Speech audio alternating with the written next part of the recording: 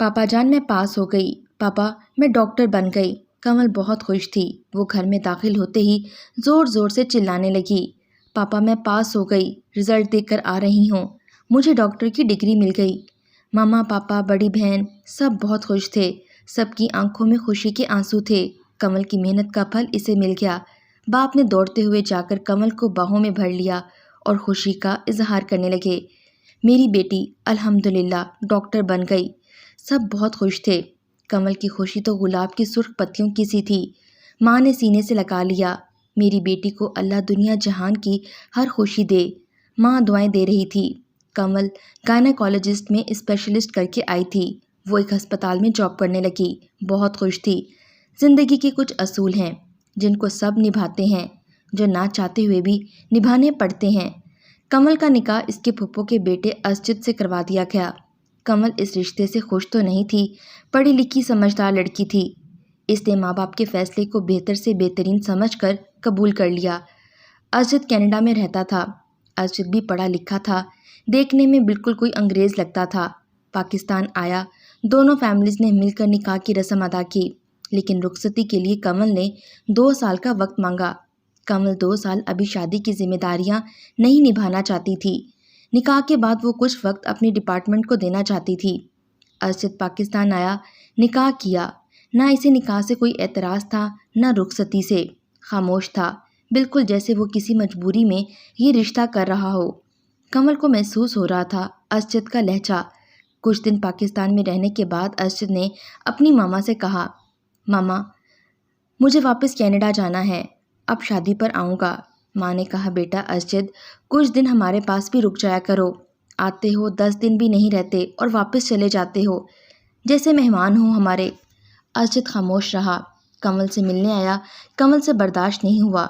इसने अरशद से पूछ ही लिया, अरशद, क्या तुम खुश नहीं हो हमारे रिश्ते से? अरशद ने कहा, नहीं, ऐसा कुछ नहीं है। कमल बात काटते हुए कहने लगी, लेकिन अरशद, तुम इतने खामोश, इतने बुझे हुए से हो। अरशद मुस्कुराने लगा।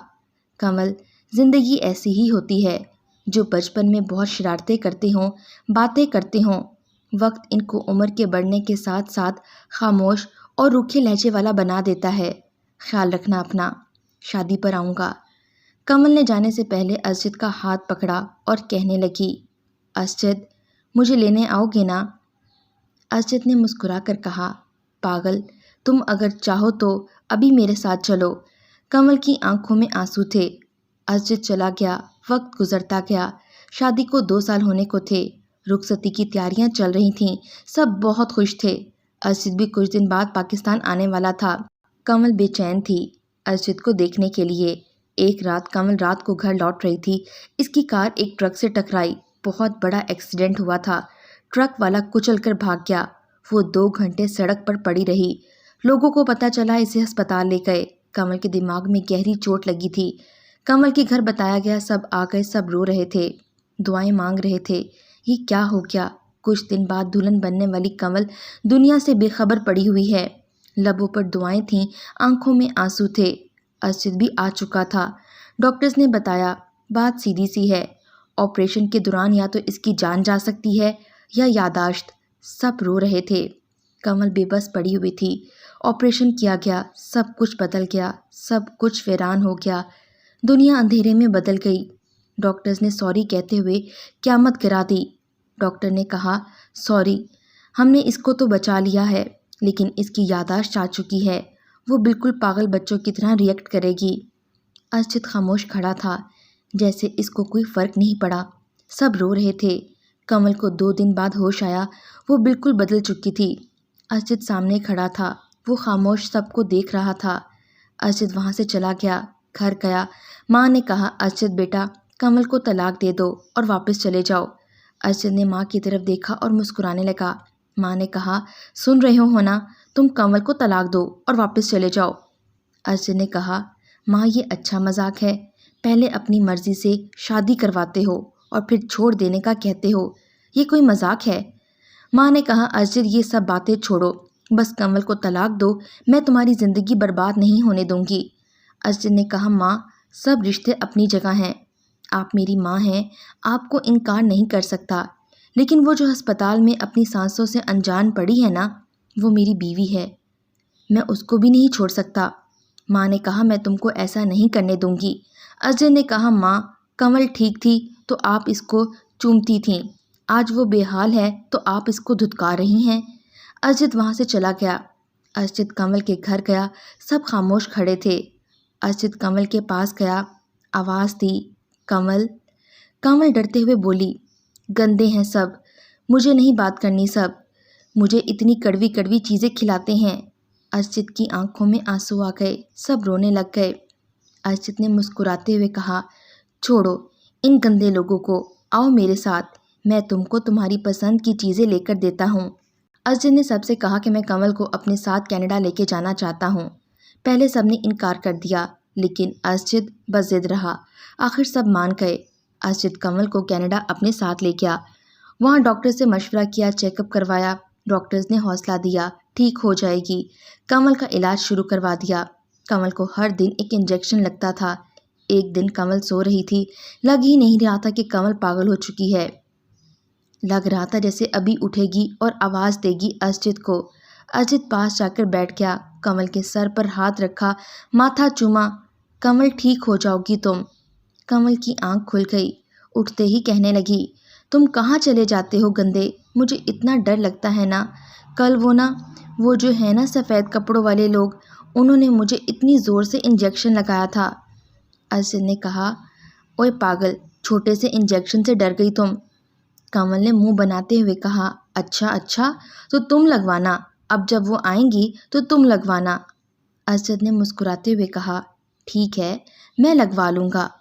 चलो अब खाना खा लो थोड़ा सा। कमल ने कहा, मैंने नहीं खाना, इतना गंदा खाना है। अजित ने प्यार से पूछा, तो फिर क्या खाना है? कमल खुश होकर कहने लगी, मुझे ना वो वाला जो उस दिन जहाज़ में खिलाया था ना, मिर्ची वाला खाना, वो खिलाओ। अजित ने मुस्कुराते हुए कहा, अरे वो तो जहाज़ में मिलता है ना। कमल मुंह बनाकर बैठ गई। अजित ने बातों में लगाकर खाना खिलाया। अजित कमल का बहुत ख्याल रखता था। सब समझते थे अजित एक दिन छोड़ देगा कमल को, लेकिन अजित खुद खाना खिलाया, इसके बाल बनाता, इसको संवारता, इसको कभी तन्हा ना छोड़ता, इसके सर में ऑयल लगाता। एक दिन अजित ऑफिस से घर आया तो कमल रो रही थी। नर्स इंजेक्शन लगाती थी दिन को। अजित ऑफिस होता था। कमल रो रही थी। अजित ने पूछा, अरे क्या हुआ मेरी कमल को? कमल ने मुंह पर हाथ रखते हुए कहा, तुम भी गंदे हो, मुझे नहीं करनी बात तुमसे। अजित ने कहा, अरे हुआ क्या है? कमल ने रोते हुए कहा कि मुझे दर्द होता है, मुझसे नहीं लगवाया जाता इंजेक्शन। अजित ने कहा, अरे बस इतनी सी बात थी। इसने एक खाली सिरिंज ली और अपने बाजू में लगा दी। मुस्कुराते हुए कहने लगा, ये देखो, कोई दर्द हुआ मुझे? तुम छोटी सी सिरिंज से डरती हो। कमल रोने लग गई, नहीं, मुझे दर्द होता है। अजित ने सीने से लगा लिया, आसमान की तरफ देखने लगा और दिल में कहने लगा, मैं जानता हूँ कमल, तुम बहुत तकलीफ़ में हो। मैं क्या करूँ कमल, मैं क्या करूँ? नहीं देख सकता तुमको इस हालत में। मैं बहुत बेबस हूँ खुदा के सामने। मैं क्या करूँ? कमल की आदत बन चुकी थी। वो अजित की गोद में सर रखकर सोया करती थी। इसको अजित की गोद में सर रखे बिना नींद नहीं आती थी। अजित कभी लेट हो जाता तो वो जागती रहती। अजित आता, वो बच्चों की तरह जिद करती। अजित जितना भी थका हुआ होता वो बैठ जाता। कमल अजित की गोद में सर रखती और सो जाती। अजित कमल को घुमाने भी लेकर जाता। 5 साल गुजर गए। सब ने हिम्मत छोड़ दी, सब हार गए थे। अजित बेबस हो गया था। वो कमल को नहीं छोड़ सकता था। सब ने कहा कि पाकिस्तान भेज दो कमल को, यहाँ इलाज करवाएंगे। लेकिन अजित अब एक पल भी कमल से दूर नहीं रह सकता था। इसने कमल का हाथ पकड़ा और चूमते हुए कहने लगा, मेरा जीना मरना कमल के साथ ही है, अब जैसी भी है मेरी है। एक दिन कमल को किसी बात पर गुस्सा था। इसने घर में पड़े सब शीशे के बर्तन तोड़ दिए, बहुत नुकसान किया था। अजित घर आया, देखा कमल के दोनों हाथ जख्मी थे। अजित ने कहा, कमल क्या हो गया है तुमको? कमल ने रोते हुए कहा, मुझे क्यों करवाते हो इंजेक्शन? मैं कड़वी गोलियां नहीं खानी, मुझे नहीं रहना यहाँ, गंदे हैं सब। वो रोने लग गई। अजित उठा, कमरे में जाकर चीख चीख कर रोने लग गया, या अल्लाह माफ़ कर दे, या अल्लाह रहम कर, कमल को ठीक कर दे, या अल्लाह बस कर, इम्तिहान ना ले, या अल्लाह मेरा सब्र टूट रहा है। इधर कमल की तबीयत खराब होने लगी। वो चीख चीख कर रोने लगी। इसका सर दर्द से फट रहा था। अर्शद जल्दी से अस्पताल ले गया। डॉक्टर्स ने टेस्ट किए और कहा ऑपरेशन करना पड़ेगा। इनकी दिमाग की नस डैमेज हो गई है। अर्शद तन्हा इस परदेश में कमल को ऑपरेशन थिएटर ले गए। अर्शद इस कमल को याद करने लगा जो डॉक्टर बनी थी, बहुत खुश थी, इससे निकाह हुआ था। वो रो रहा था, या खुदा कोई गुनाह हुआ है तो माफ़ कर दे, कमल को ठीक कर दो या अल्लाह।